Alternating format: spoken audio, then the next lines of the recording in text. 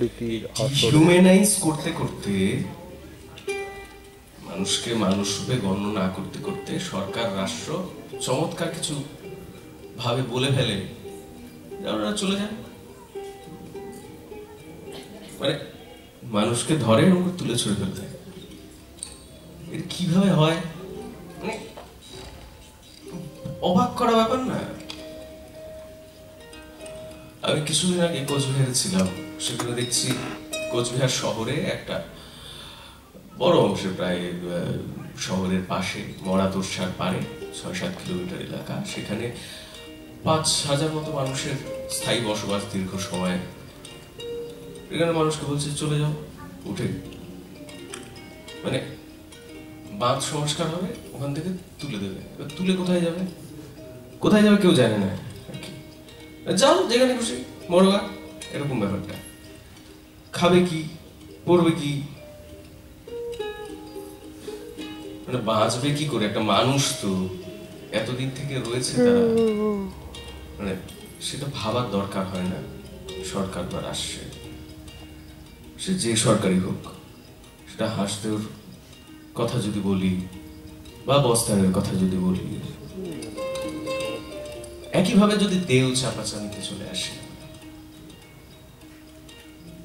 মানে সরকারের যে বাবারা রয়েছে আর কি, সরকারের বাবারা তারা বলেন যে তোমাকে তো ভোটে জিতিয়ে আমরা ক্ষমতায় এনেছি, তো এটা তো কর্তব্য তোমার, তোমার পেছনে ইনভেস্ট যখন করেছি তখন এই যে জায়গাটা আছে, জায়গাটা খালি করে দাও, যে কোনো সেখানে তার জন্য যা যা দরকার তাই তাই লাগাও, লাগিয়ে তুলে ছুঁড়ে ফেলে দাও। আদিবাসীদের উৎখাত করা হচ্ছে দেশের নানা প্রান্তে। তারপরে আমরা গরম গরম বলে চিল্লাই, আরে বাড়ির পাশে একটা গাছ কাটলে গরম বাড়ে না, যখন জঙ্গল সাফ করছে, মানে সরকার রাষ্ট্রের বাবারা, পিতারা, সরি আমি একটু শহুরে গান গাই। ওরা যখন প্রতিবাদ করে, প্রতিরোধ গড়ে তোলে, তখন ওরা ঢাক ঢোল নিয়ে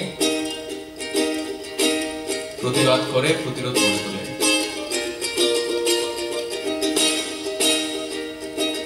অমন প্রতিবাদ বোধহয় আমরা করতে পারবো না, পারবো না।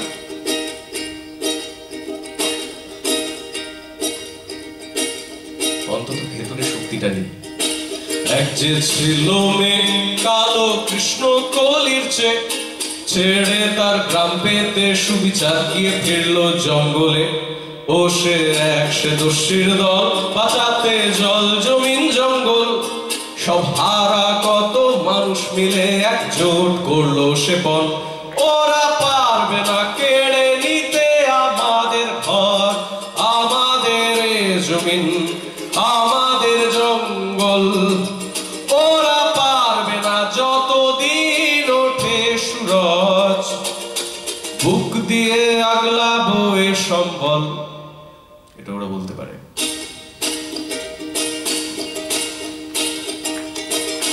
রাজার সে পায় সাজিয়ে কামান কারবাই, যা আছে এ জমির নিচে তার সবটুকুই তাদের চাই। পড়লো যে কত গ্রাম, হারালো কত প্রাণ, হার মানলো না সে দস্যির দল, বেড়ে চললো এ লড়াই। ওরা পারবে না কেড়ে নিতে আমাদের ঘর, আমাদের এ জমিন, আমাদের জঙ্গল। ওরা পারবে না যতদিন ওঠে সূরজ, বুক দিয়ে আগলাবো এ সম্বল।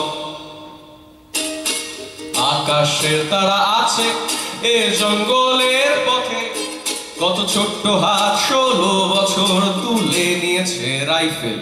তাদের সরল দু চোখে বিশ্বাস আছে এদিকে, মরলে পরে এ শরীরে বেড়ে উঠবে শালের বন। ওরা পারবে না কেড়ে নিতে আমাদের ঘর, আমাদের এ জমিন, আমাদের জঙ্গল। ওরা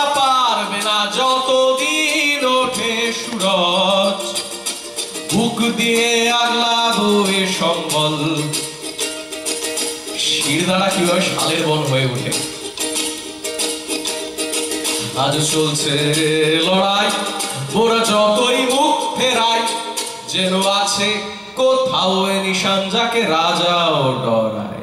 রাজার যুদ্ধেরই রথ, যত ব্যবসায়ী সঙ্গ, যত ভোটবাজি লুঠের হিসেব যেখানে হুমকে দাঁড়ায়, ওরা পারবে না কেড়ে নিতে আমাদের ঘর, আমাদের জমিন, আমাদের জঙ্গল। ওরা পারবে না যতদিন ওঠে সূরজ। বুক দিয়ে আগলাবো এ সম্বল। ওরা পারবে না কেড়ে নিতে আমাদের ঘর, আমাদের জমিন, আমাদের জঙ্গল।